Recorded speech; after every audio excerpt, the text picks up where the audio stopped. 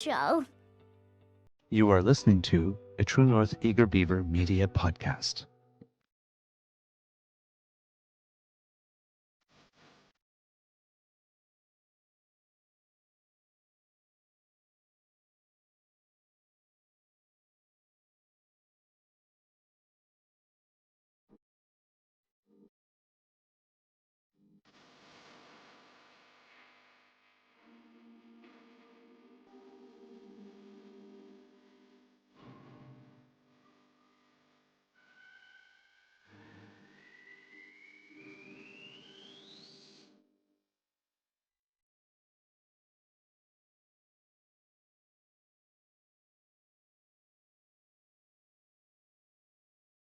The True North Eager Beaver podcasts are proudly brought to you by our founding sponsors, the Miss V Mysteries from Corvid Moon Publishing, your source for science fiction, fantasy, and cozy mysteries featuring a broad diversity of characters. CanadianTarot.com, your uniquely Canadian online eclectic tarot community and forum, and the Peppermaster, hot pepper sauces made from fresh farm ingredients to thrill your taste buds and expand your mind.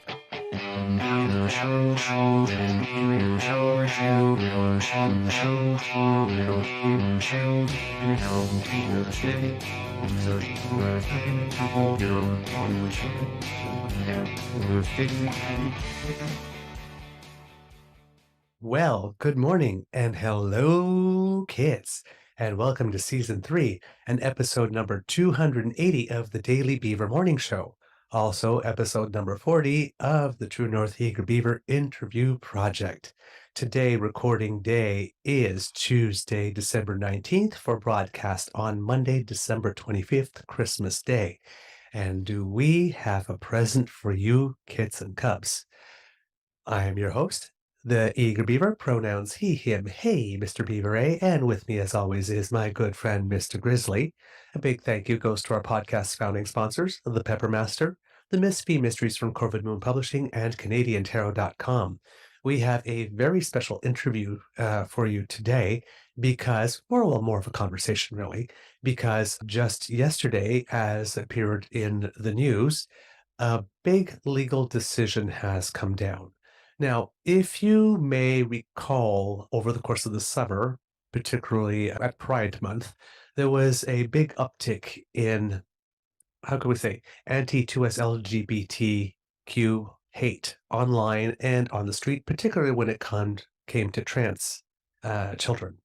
Lots of protests, and pretty much anybody online who was standing in defense of trans kids or of the rainbow community were being called groomers and pedos by pretty much everybody that wants to oppress us. And somebody said, well, there ought to be a law. Well, turns out that there is.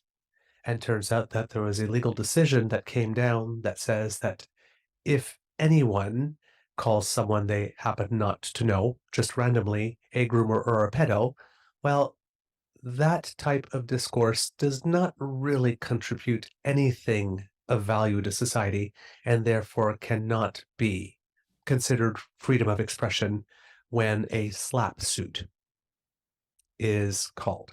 So essentially, if somebody does that, you are legally entitled to sue them if you have the means.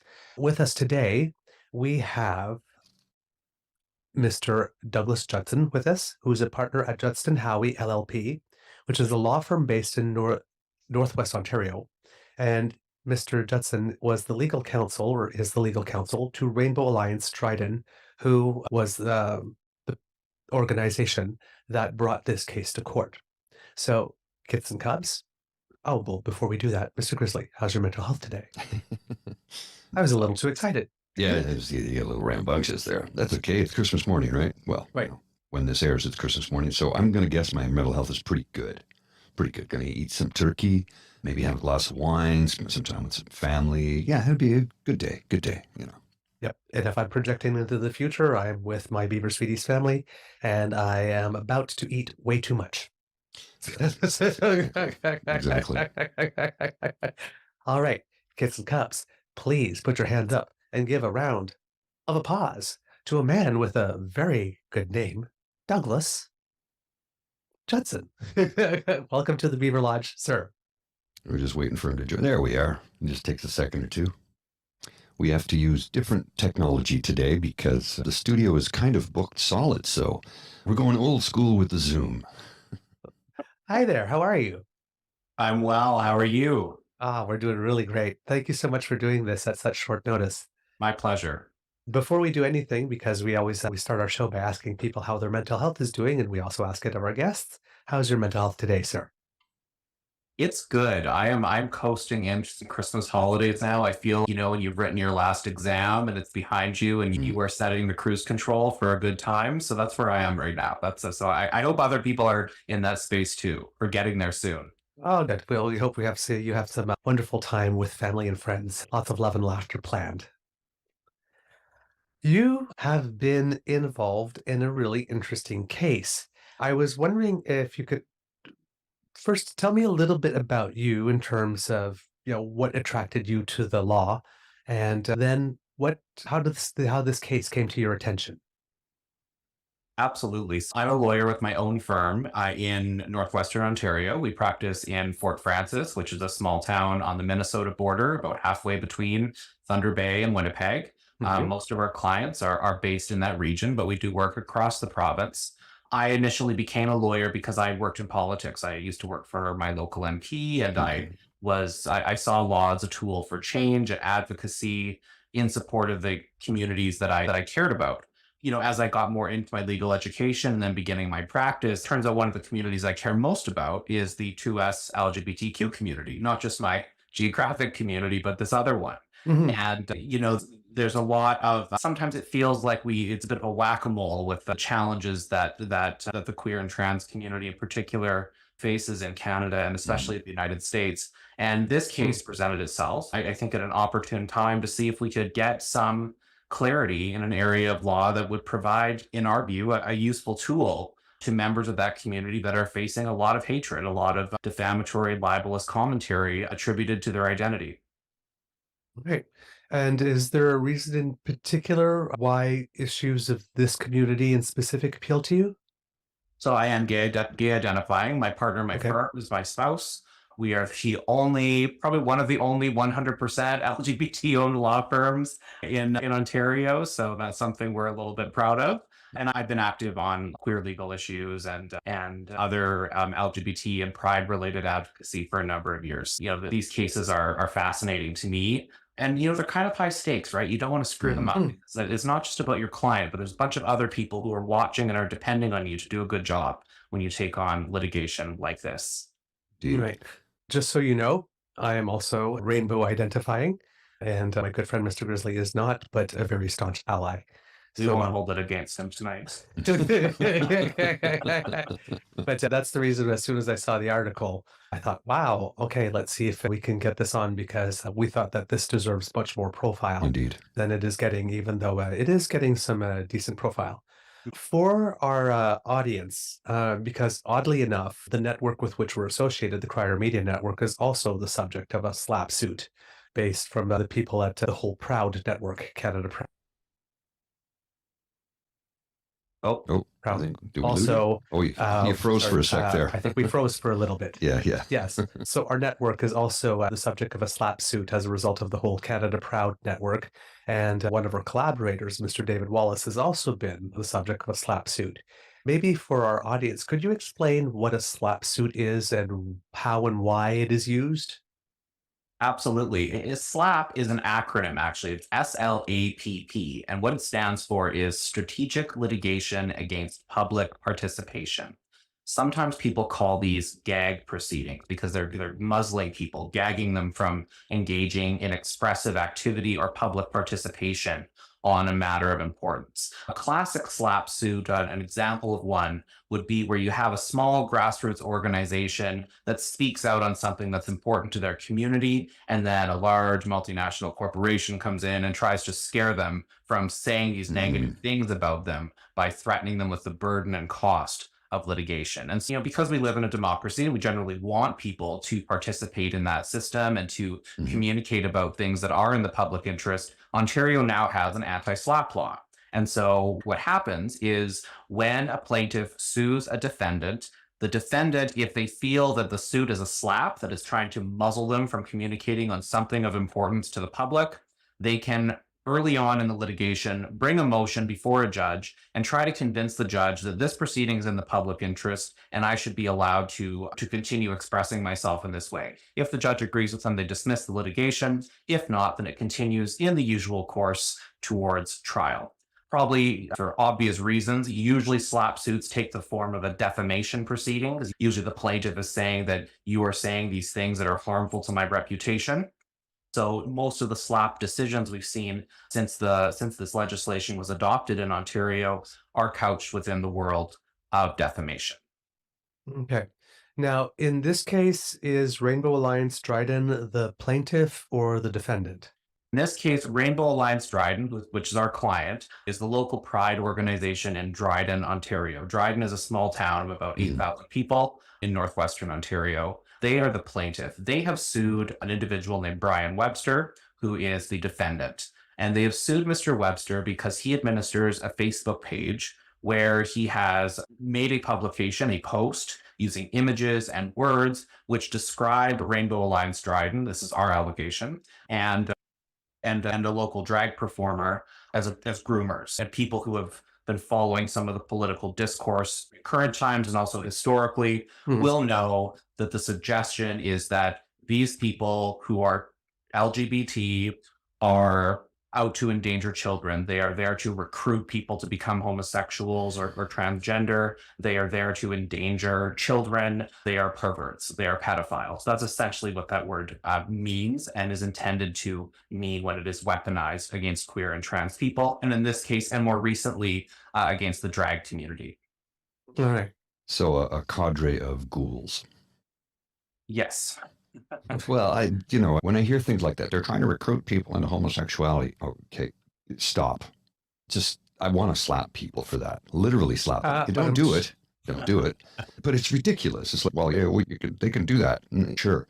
And conversion therapy works too. Yes, it does. Okay. If you're straight, let's see if we can convert you to gay. It doesn't work that way. Well, my friend, you just defeated the purpose of your argument.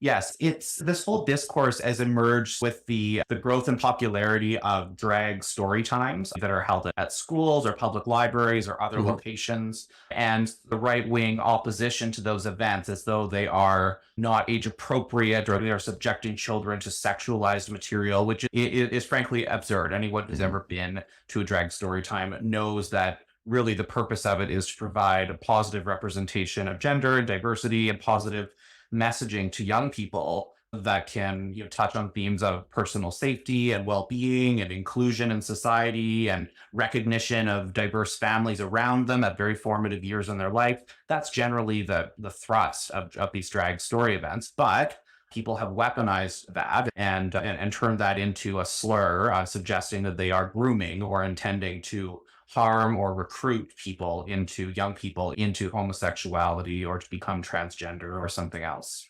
How much you want to bet a lot of these folks own Poison's first album? Right?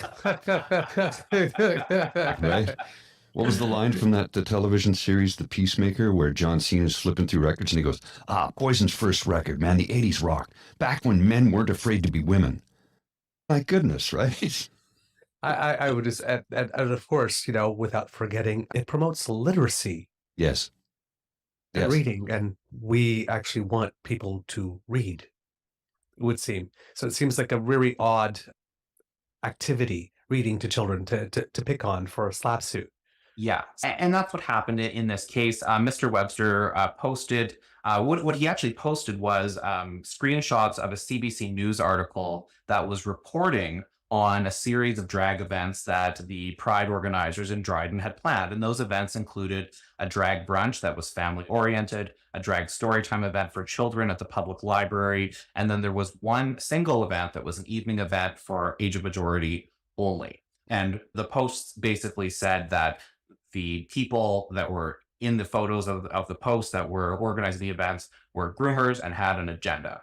And it was very clear in the language of the post, which you can read in the decision, which is a public document, that it was referring to the individuals whose names and photos appeared in the post. And so that was the basis for our clients to bring their defamation claim against the defendant. And the defendant responded with an anti-SLAPP motion, trying to argue that I am expressing myself in a matter of public opinion. This is about the CBC's reporting. It's about age appropriateness. It's about all these other, the editorial spin of publicly funded media, and tried to make it about that. Fast forward to last week, and he was unsuccessful on that in that argument. So the litigation is moving ahead. All right. So in this case, as it pertains to the SLAPP, the legal decision is that, if I'm understanding correctly, saying that calling people groomers and pedos, particularly random people who you don't know and whose intent you can't possibly be aware of, is not considered an actual opinion. It's not considered a matter of public interest. Making those sort of hate-motivated comments about people that you have no nugget of truth about, you know nothing about, to be able to assert those opinions is not a matter of public interest. Now, obviously, there is some nuance to this, to the domain of subject matter we're talking about, right? The person can talk about, certainly many parents probably have the conversations from time to time about, oh, should my kid be learning about this in school at this point in time? Or why is, CBC or CTV reporting on this topic in this way? Or why didn't they ask that question? Those are all, I think, matters that are, of public interest, that are of, important to public debate and topics that are out there. But this post was asserting that these people that you see here have an agenda to groom children. That's what it said. It was about those individuals. It was not just an opinion in the air about nothing. It wasn't about a matter of public discourse. It was about our clients. And the court agreed with us. And importantly, the anti-SLAPP test is somewhat complex. There's 3 stages to it. The initial stage is a kind of a litmus test. It's threshold, where the judge just asks, like, high level, is it a matter of public interest that we're talking about? And the judge said, nope, it's not. That is the best outcome we could hope for, because it means there's no funny business about whether, in some situations, calling people groomers that are not groomers in any way, in any sense of the term. There's no debate then about whether that's an appropriate thing to say about those individuals. It is not a matter of public interest. And there's a lot of great commentary in the court's decision about how this commentary has been weaponized against historically marginalized community. And we put in expert evidence to the court about what that history looked like, so that the court was equipped to make those findings. I'm kind of going to guess you had to dot all the I's and cross all the T's and double check everything when you took this on, because it's the weight of this. It's precedent setting, of course, and the heavy load, the heavy lifting you have to do to make this change. This is in history books, is what I'm getting at. So I can guess that you took this on as a personal thing, even though it was not directed at you personally. Correct me if I'm wrong, please. Well, I would say that, I can't take credit for everything here. There's 2 lawyers from my firm who worked in this, but we also had support from our co-counsel at my old firm, McCarthy Tatro in Toronto. We had some lawyers there assisting us. And then EGAL Canada, which many people know is a national LGBT advocacy organization, intervened in the case to provide submissions to the court to further assist it on the issues it was dealing with. All of that effort was marshaled because, as you say, this was high stakes. If we were to lose on something like this, you could imagine the floodgates being opened on, the court says it's okay for us to express that queer people are pedophiles, and so we're going to do it all the time now.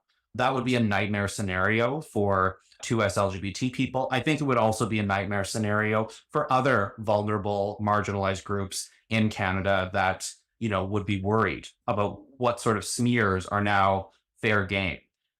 One of the arguments that was made by the defendant was he actually put in his motion record, his evidence before the court that, well, Maxime Bernier says that drag performances are suitable for children, and all these other. I searched. There's all this news coverage about drag story times being challenged. How is it not a matter of public interest? And that was the danger of this, is that, are we going to draw a line around public interest that is going to be self-aware enough not to just decide, well, a lot of people are talking about this really hateful stuff, so therefore it is a matter of public interest. And that was a worry at the front end of this. Okay.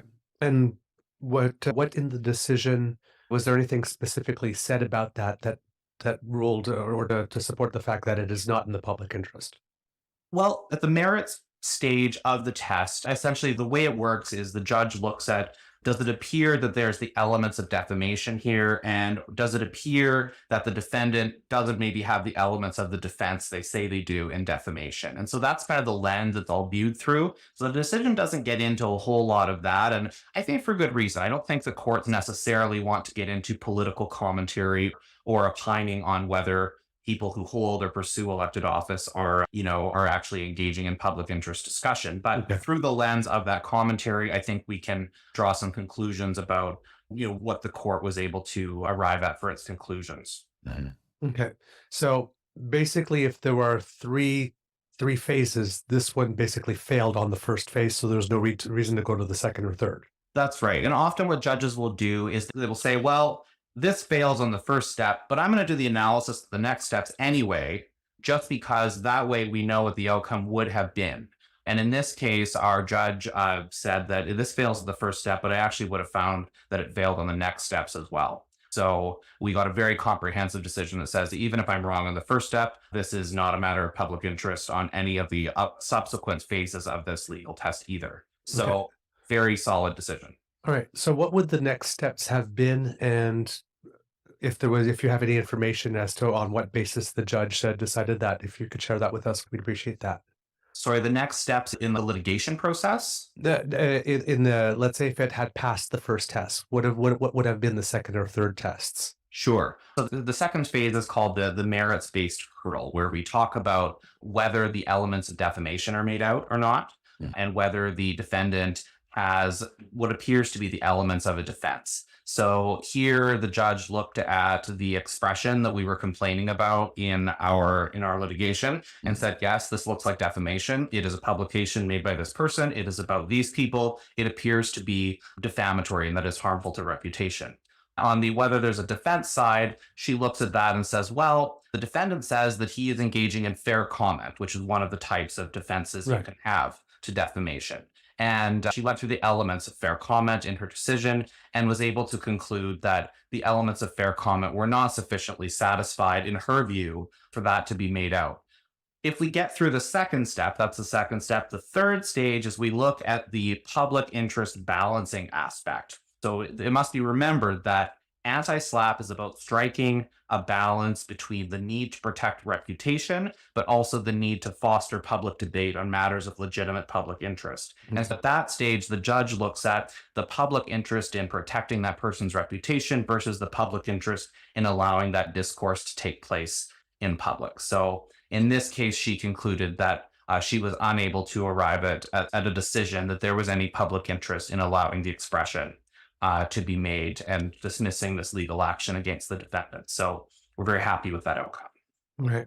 Now, hypothetically, if the case had been the other way around, where Rainbow Alliance Dryden was the defendant, not the plaintiff. So let's say Mr. Webster had sued them. Would there have been material for a countersuit as either a malicious prosecution or a vexatious litigant? Well, we actually have a case like that, not my firm, but in the jurisprudence that is similar but opposite. So you might have read about earlier this year, there was a case called Neufeld and Hansman that came from the Supreme Court of Canada. And this case is almost the reverse facts of ours. So what happened was out in BC, which also has an anti-SLAPP law, there was a school board trustee that was saying things that his name was Neufeld, that Hansman, who was a teacher, felt were transphobic, were bigoted. And Hansman expressed himself to that effect, basically called out that he didn't think these comments were appropriate, felt they were transphobic. Neufeld, the Webster in that story, sued Hansman for defamation. That case went all the way up to the Supreme Court, took a long time to get there. And what we got over the summer was a decision from the Supreme Court of Canada that actually applied the anti-SLAPP law, but recognized that there was a public interest in allowing Mr. Hansman to engage in counterspeech being expression that is asserted to protect the interests or stand up for a historically marginalized community. I actually think that decision is the first decision we have from the Supreme Court of Canada that actually uses the word transgender in it. And it's the first one that recognizes the historic marginalization of that community. And if you take that decision compared to ours, I think what you're seeing is that we have courts applying anti-SLAPP law in a way that's recognizing the social context in which this type of expression occurs. On the one hand, saying that, yes, you can stand up for marginalized communities without worried about, being sued for it. On the other hand, saying that we're not going to allow people to engage in freewheeling hate speech and then run for cover under anti-SLAPP laws and say that it was on a matter of public interest. So I think that that is a good legal framework for marginalized communities that are, or their allies that are looking to engage in public activity on these issues. So taken together, it's almost like it covers all bases. Yeah, there's a lot of nuance, absolutely. But I think that we are getting a more sophisticated framework that is acknowledging the circumstances of these types of communities. And I think that's really important. This case in particular that we did, the one in Dryden, one of the reasons that we recognized it as so important is that we know that online hatred is directly connected to real life incidents of physical violence and hatred. Oh, yes. Precisely. And one of the things we did, and so that's one of the reasons that it was really important to us to be successful. But one of the things we did to support our case is we actually brought in expert evidence. It's a thing you can do in court. You can bring in an expert qualify them as an expert for the judge, and that person can assist the court in better understanding whatever their field or discipline happens to be. In this case, we had two experts. One of them presented a historical context for what drag is to understand its significance to the LGBT community. The other expert talked about the history of groomer rhetoric and this idea that LGBT people are trying to recruit others or engage in pedophilic child luring and things of that nature. As part of that expert report, I just want to share with you some of the information that was shared, that was put in it. And we referred to studies. So this one study that was cited looked at over 980,000 tweets that were posted between January 1st and July 27th, 2022 that mentioned the LGBT community alongside the words groomer, predator, and pedophile. Well, how many were there in that short amount of time? 989,547. Now, that's a big number, but what's even more striking about it is that the average number of tweets per day using slurs such as groomer and pedophile in relation to LGBTQ people surged by 406% in the month after a Don't Say Gay education bill was passed in Florida. Whoa. Okay, so it wasn't just me when I noticed that something was wrong. Yeah, so exactly. Like we're seeing spikes in this sort of rhetoric around real life political events and other occasions. Here's a darker example. You will recall the Colorado Springs nightclub in 2022. Researchers who studied online activity around that event found that usage of the term groomer on Twitter from the period prior to the shooting to the period immediately after showed a dramatic spike in frequency. So again, there's a suggestion, and this was a venue that had hosted drag story events for all ages, that we are seeing this online rhetoric mobilizing actual hate and violence. So it was important to us that we were successful on this motion so that we weren't inadvertently creating a shelter for people to engage in even more of that type of expression. Wow. Oh, wow. Wild. Okay. Because it was funny because I was having a conversation at one point and somebody said, did you notice that this, something that happened was particular? And so it seemed like it was a bit much, but I hadn't. Those numbers are astounding. They really are. They really are. Wow. Now, you say that this SLAPP decision was in the context of a broader case. So this was one element of a case that needed to be resolved before the rest of the case would go forward. Yeah. So any piece of litigation might have, one or several motions along the path to getting to trial where it's finally disposed of. So this is an anti-SLAPP is typically a preliminary motion very early on in the litigation process. Now that the litigation has survived the anti-SLAPP motion, it will continue. It will move forward to trial in the usual course. We don't know when that will happen, when we'll bring it to a close, but certainly, we're eager to move ahead and hopefully, be successful on the broader issue of actual findings on the merits that these comments attributed to LGBT people, to members of the drag community, are defamatory. This motion decision was really about, is this type of expression related to a matter of public interest? The answer is no, which is great. But actually getting findings that these comments were also defamatory, and that if you're going to do this stuff, it's going to cost you, I think that would be another significant victory for the queer community. What is the broader litigation that this motion was brought within? It's this case. So it's the defamation claim for Rainbow Alliance Dryden against Mr. Webster. We do have another action, almost the same facts, where we're representing two other drag performers that were also subject to the same type of expression made by the same defendant. It is our hope that they will move forward together around the same time. The issues are very similar. The expression is very similar.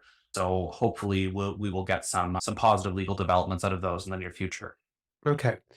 Now, people from the right who are LGBTQIA plus have been looking at this decision and think, oh my God, this is so shameful. This is so horrible.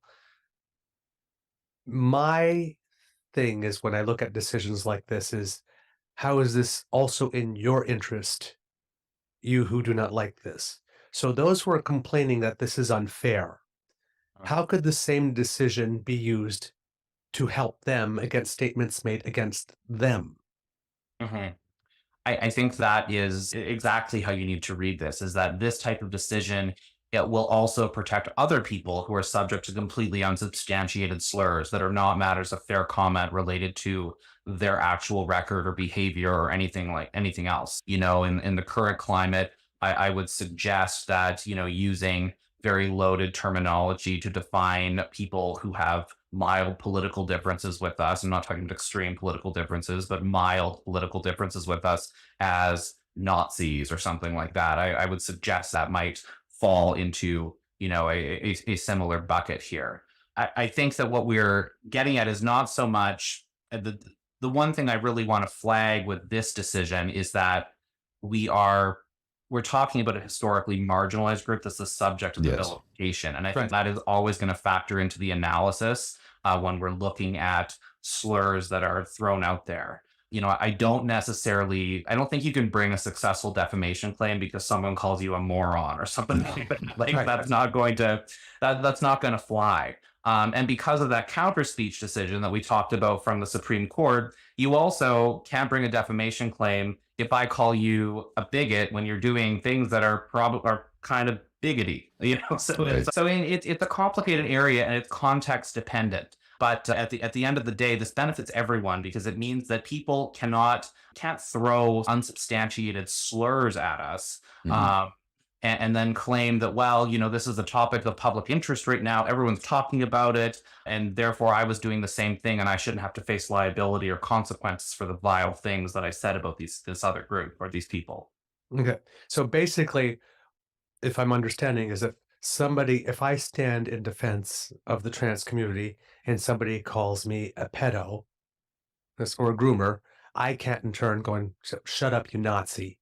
That decision, the same decision that prevents them from calling me a pedo, is the same decision that prevents me from labeling them a Nazi. Well, I think it's always going to be in shades, right? And what I was trying to say is that, I don't know that calling someone who isn't part of an identifiable group a slur like the one you just described necessarily is going to sit at the same level of offense and revulsion as referring to a historically marginalized community in this very deeply hateful and vile terminology.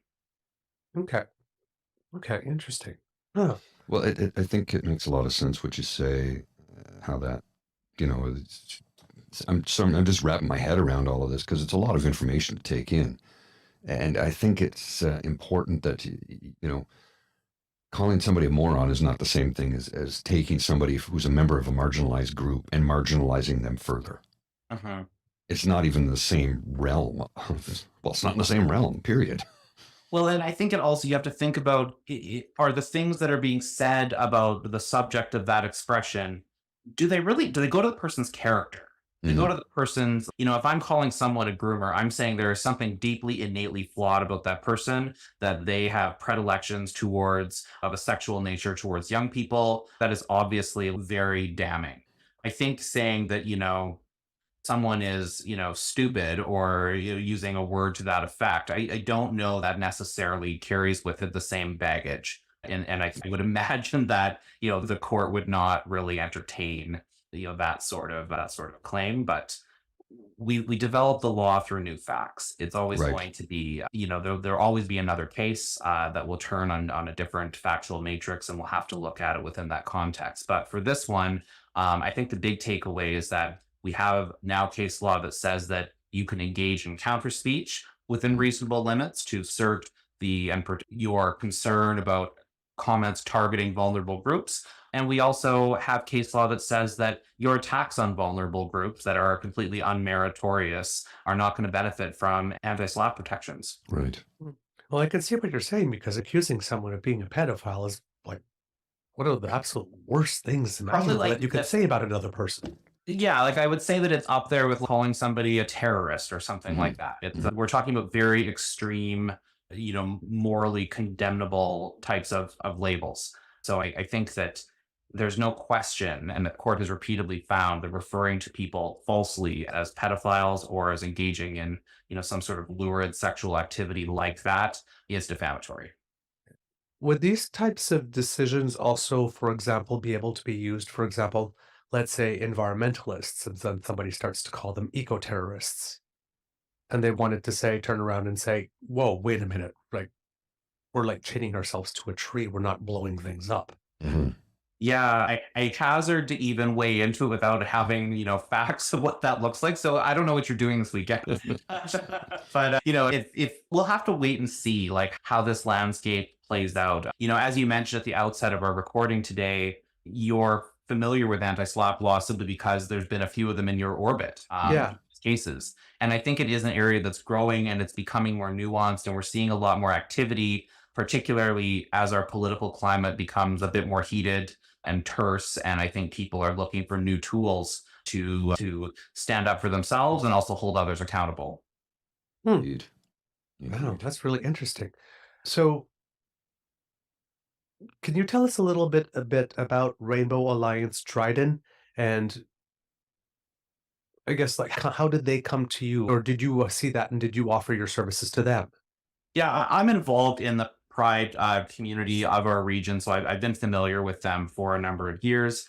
Like a lot of rural parts of Ontario and Canada, Pride is still a new movement to their community, but is growing and it's popular. And, I'm involved in the Pride organization in my own community, which has only been around since 2018. And, I actually think that despite all of the assumptions that people in larger centers may make about small places, about rural Canada, about its openness to diversity and inclusion, I think you'd be very pleasantly surprised in a lot of parts of the province. Like when June rolls around, you see a lot of rainbow flags around. You see a lot of local businesses, other organizations participating in these initiatives. And so Rainbow Alliance Dryden is a great example of that. They've done a lot of tremendous work in the Dryden area. And I think that bringing in drag performers and nurturing drag culture locally is part of that effort to celebrate that diversity in these small places. Nice. I Well, like that. and it's something, because I grew up in a lot of small towns, military kid, and to be a member of a marginalized community like that in a small town in the 70s and 80s was nothing like it is today. Back then, you found the biggest closet you could, because it was scary to be who you are back then. And it is today too, I'm certain, for a lot of people. I've no doubt. But we've advanced a lot as a society, and we've noticed, and Douglas, when you were on Dean's show talking about this, it's like, why all of a sudden are we backsliding? We've gone so far forward, and all of a sudden, just in the last 9 months to a year, things have gone back to the 1950s in many respects. It's like, what is going on here? you know, I'm not going to go down the conspiratorial route, but that rabbit hole we could be on forever. But, you know, the religious zealots in certain parts of the country, in certain parts of the United States, and that are ensconced within political parties are all a part of this. And you look at what the governor, Ron DeSantis, did in Florida and what he's doing in Florida, and you think, if we don't, you know, and it's incumbent upon somebody like myself, who is cis, het, white, male, top of the white privilege pyramid, it's important that I stand up and make statements about things like this and say, no, this is wrong. We can't have this. You are marginalizing people even further. And I'm not going to stand for it. And I'm somebody who, realistically, how could this harm me personally? It can't, but it harms people I know and love. So now I take it personally, and I can't stand for it. Yeah, I can tell you, up till 2022, I was a city councilor, and one of my greatest frustrations in that role, you know, having a front row seat to the small town politics, which I think is similar in a lot of places, is that you will encounter a lot of people who I think view themselves as very progressive, very, you know, are not even progressive. They view themselves as being welcoming. Let's just start there. They say that they're welcoming. They want to celebrate diversity in their community. They want to be seen to be one of the movers and shakers who's like going to the Pride Parade and going to the reconciliation events and participating in those types of activities. And yet, when there's a big enough push from the other side, they're very quick to both sides of the discussion and say, you know, well, you know, I don't like the way that I'm not standing with this marginalized group because I don't like the way they've expressed themselves in opposition to this, or, you know, that's just not how I like to do things. Or I'm not going to the Pride Parade because they've been speaking out too vocally lately, and, you know, I'm not comfortable with that.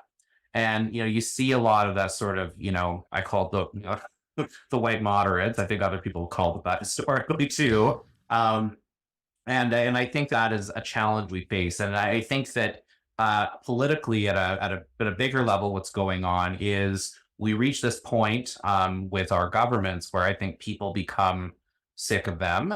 Governments are changed like diapers, often for the same reasons. And I think that we're reaching that point with the federal government where there's a lot of pushback, a lot of search for change, and people are also hurting economically. So they're willing to overlook things that they would not normally accept. And I think that is a scary place for equity seeking groups in Canada. I think it's a scary place on the internet right now because of it. And I think that we have a class of politicians right now that are engaging in comments and expressing opinions that are giving license to people that want to engage in online hatred and bigotry. And that's a problem as well. So for our viewers and our listeners who are hearing this, what is the main takeaway that they should have from this decision? I think the main thing, I'm assuming we're somewhat preaching to the choir here on this show. Probably. But, you know, I think the main thing is that what the court has told us is that we have defamation law as a tool for us LGBTQ folks and presumably for other equity-seeking groups or members of those groups to protect their reputations when they're attacked with these very unfair, very vile comments like the groomer rhetoric that we've seen online over the past number of years. And the court has said that that type of commentary is not going to attract a public interest protection. That gives an important accountability tool to our communities. It puts the law on our side to be able to pursue those claims on their merits in court. And I think that is good news for people that are in public-facing leadership roles on 2S LGBT issues, or doing community organizing, or organizing drag brunches, who are, I think, feeling intimidated in the current climate because of what people might say, what might happen, what might be put in the newspaper, what might show up in their mail. I think that this sends a message, this type of decision, that there could be consequences that attach to that kind of hate speech. And I hope that encourages people to keep up some of the great work that they're inclined to do wherever they live. Okay. Now, in the Supreme Court case that you referenced, of course, because it's a Supreme Court case, it's national, but this one was an Ontario court case. Is there anything about this jurisprudence-wise that could be used by litigants in other provinces? Should they want to bring, should there have not been a decision like this in their province and they want to bring a case like this? Well, it depends whether the province has an anti-SLAPP law in it. So Okay. right now, Ontario, I believe Ontario and BC are the only provinces that have anti-SLAPP laws. Probably a lawyer who listens to this will probably write you and tell you that I'm wrong about that. But that's where most of the jurisprudence comes from, is Ontario and BC. And so if you're in those provinces, you have the benefit of anti-SLAPP law. Now, if you're not in those provinces, you can still bring defamation claims. That's a matter of common law for the most part. And all it means is that your defendant can't even try to bring an anti-SLAPP motion like Mr. Webster did, because that doesn't exist in that province. I think there's still tools out there. I think anti-SLAPP law is catching on as an important tool in our democratic discourse. And so we might see more of these legal frameworks emerge in other provinces. But I think that this is a reminder that we don't need to take, as a community, these types of comments sitting down. You don't need to accept that people are smearing you on the internet as a sexual deviant because you've decided to organize a story time event. There are tools available to deal with that. And I know there's a number of, great members of the legal community across Canada that would provide consultations if people ever had questions or concerns about that. Okay. One of the things we say on this show is, because democracy is something that you do, if you happen to be in a province that doesn't have anti-SLAPP legislation, this might be something that for which those communities would like to pressure their governments to include, let's say, or potential governments, political parties include in their platforms.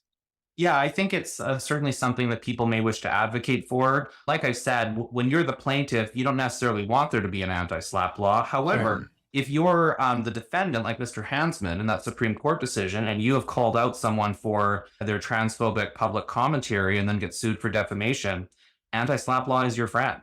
It cuts on both sides, but that's kind of the point of the test, is that Right. it is there to strike a balance between the public interest in expression on matters of importance like that, and also the interest in protecting reputation on the other side. Okay. So before we go, I would suspect that given you have had success in this matter up until now, if there are other organizations in Ontario who would like to be able to call on you should they have a similar case, how would they find you?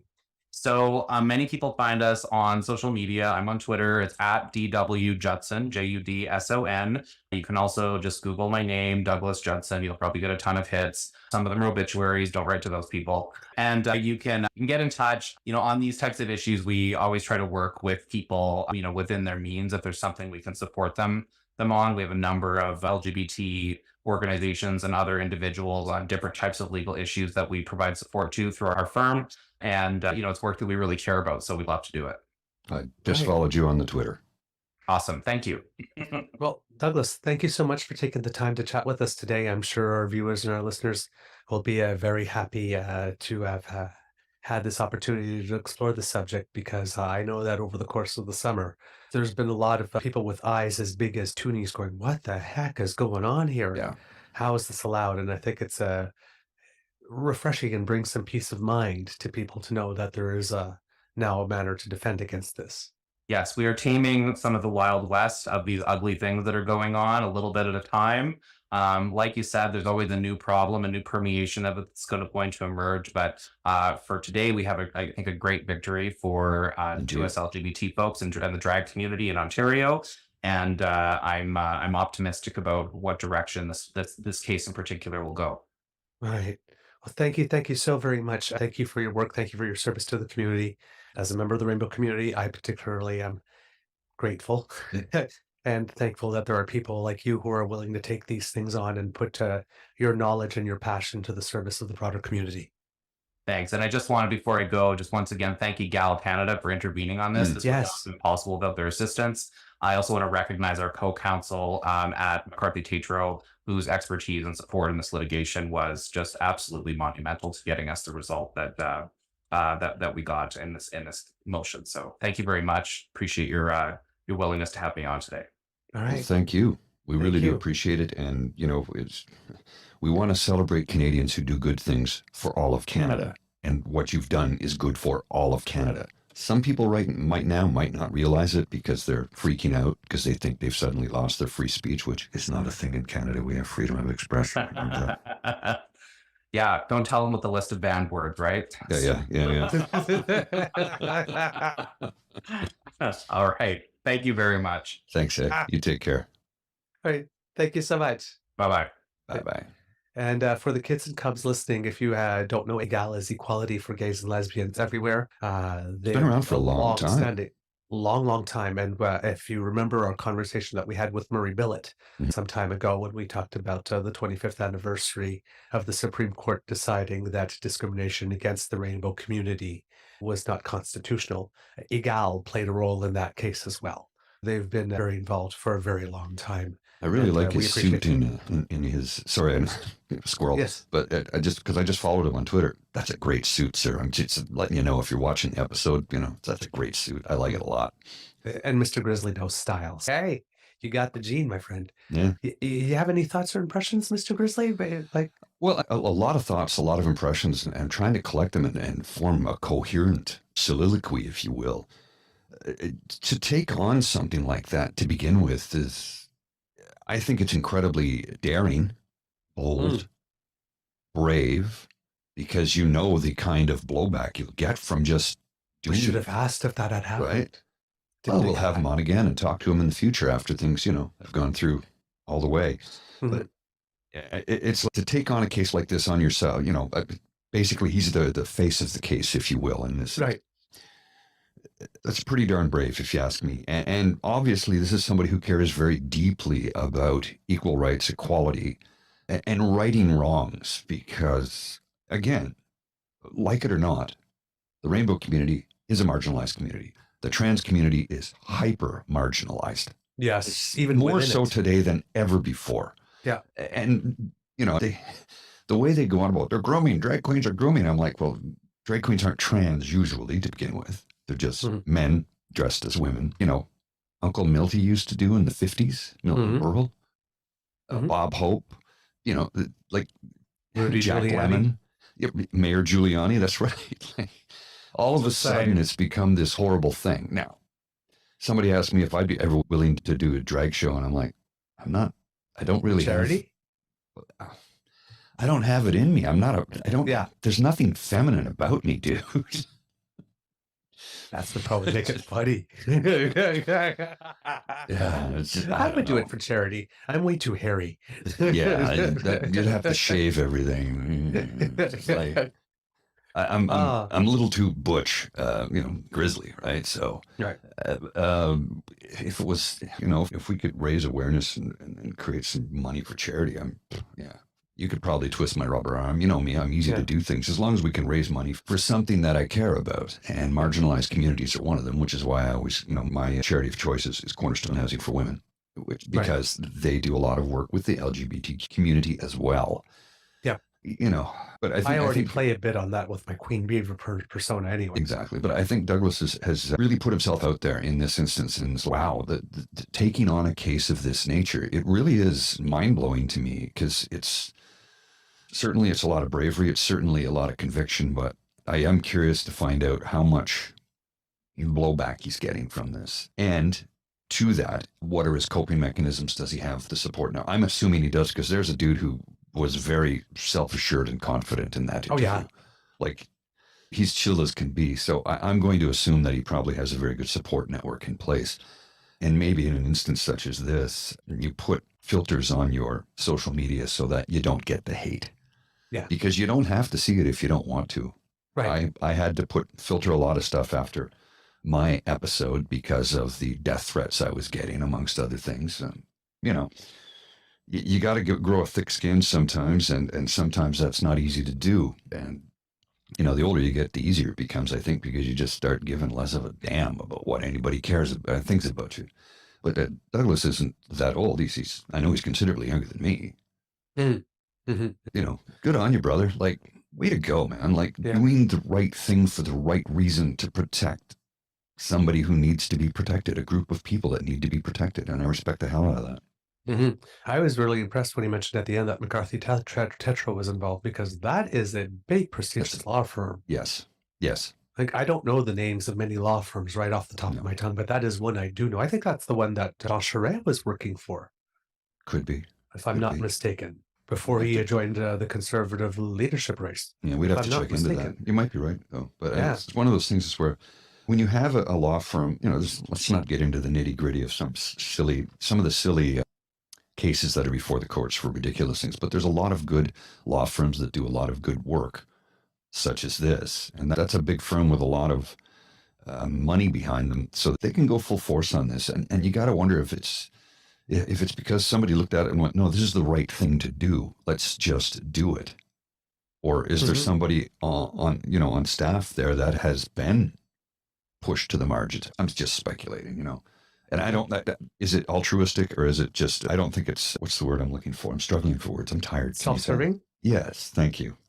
I don't think it's self-serving at all. I think they really just, this is a good case. It's a precedent-setting case, and it's one that we should be a part of because it's important.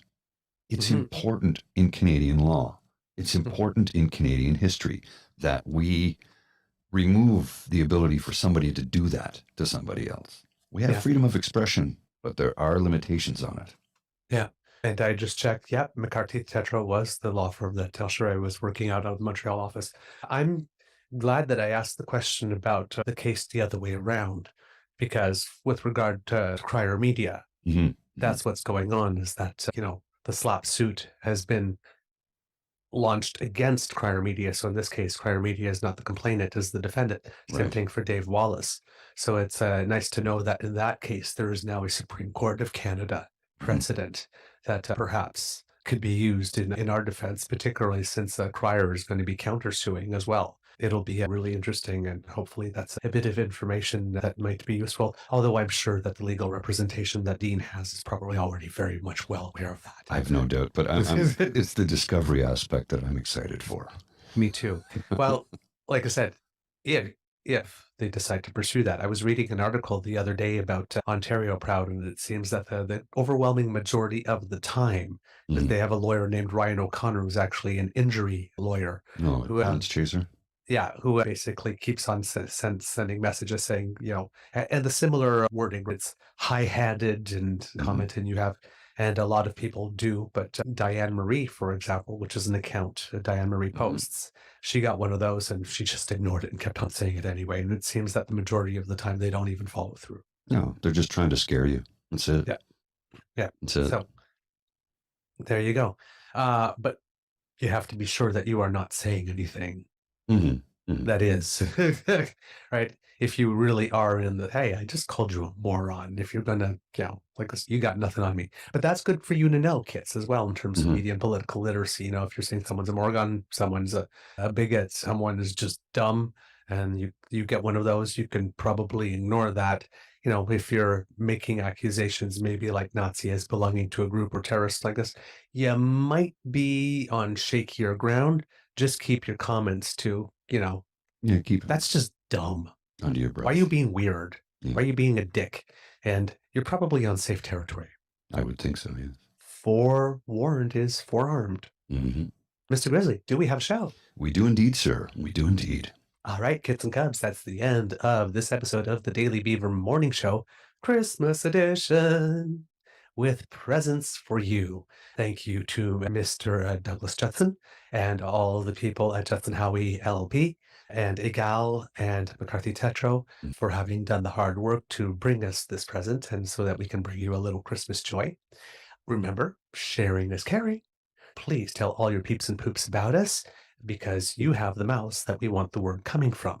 Because democracy is something that you do. Get your XBB shots, write your letters to your MPs, your MLAs, particularly your MPs and MLAs that are engaging on this front, that are suggesting such things as gender ideology and playing footsie with this crowd. Let them know you're not going to have it. You don't stand for it. We're not putting up with this crap. Yeah. And of course, if you've got a little change in your pocket for the Red Cross to help Canadians who have had a very hard summer, please do help if you can. If you can. Yes. So that's because democracy is something you do part. If you would like to subscribe and make sure that you do not miss an episode, please go to our pod page, sponsored by The Ray Girl. That's podpage.com. /the True North Eager Beaver, lowercase letters with a hyphen between each one of those words. And when we have something fresh off the bandwidth, we'll make sure we slide right into your Christmas stocking. And we won't give you coal. You were nice today. I was nice today. It is Christmas. After all, yes. It is Christmas, and allegedly, even though it's not the actual date, the birth of the baby Jesus. So, That's sweet baby. a little respect. Baby Jesus is a good guy. Yeah.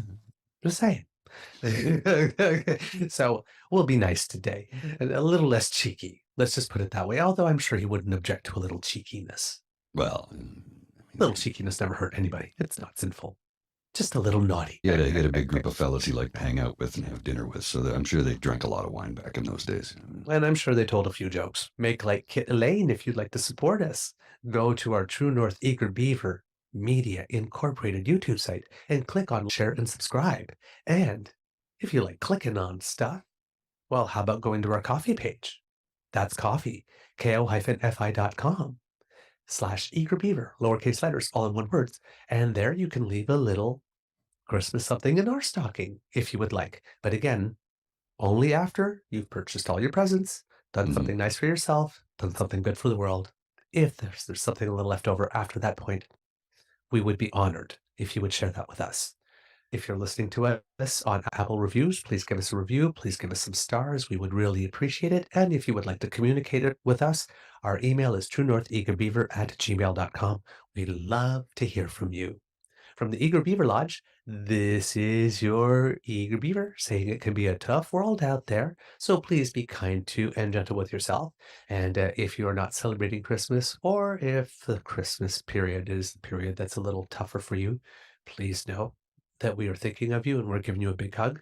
And that's why we have a couple of episodes during the holidays for you to keep you some company so that you feel a little less alone. Got the damn Exactly. fam with you. We've got you. We've got you. We care about you. Mr. Grizzly, do you have some words of wisdom, please? In these strange times that we are living in, and wow, are they strange? My goodness gracious. I applaud, like I said, I applaud Douglas for his efforts, for his bravery, for his ability to literally change the world to be a better place. And if you can do that in some small way, that'd be great too. I can't tell you how to do that. Only you would know. But, maybe you can find a way to make the world a better place. You think? Yeah. Smile at somebody today. Yeah. Pay someone a compliment. Random compliments are always fun. Exactly. All right. Mr. Grizzly, please roll the credits. And I don't think we're going to have an Easter egg given the platform that we're using. I got it queued up, man. I know what I'm doing over here. All right. I got it all queued up. Don't worry. You just hold your horses there, fella. I'll get you squared here. Good morning, this is the Eager Beaver Show. You are listening to a True North Eager Beaver Media Podcast. The True North Eager Beaver podcasts are proudly brought to you by our founding sponsors, the Miss V Mysteries from Corvid Moon Publishing, your source for science fiction, fantasy, and cozy mysteries featuring a broad diversity of characters. CanadianTarot.com, your uniquely Canadian online eclectic tarot community and forum, and the Peppermaster, hot pepper sauces made from fresh farm ingredients to thrill your taste buds and expand your mind.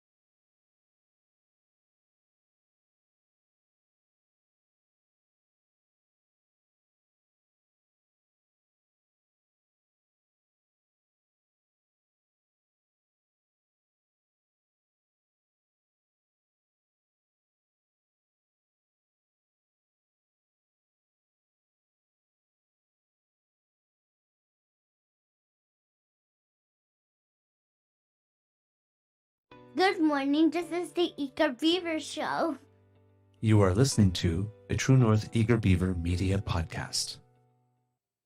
The True North Eager Beaver podcasts are proudly brought to you by our founding sponsors, the Miss V Mysteries from Corvid Moon Publishing, your source for science fiction, fantasy, and cozy mysteries featuring a broad diversity of characters. CanadianTarot.com, your uniquely Canadian online eclectic tarot community and forum, and the Peppermaster, hot pepper sauces made from fresh farm ingredients to thrill your taste buds and expand your mind.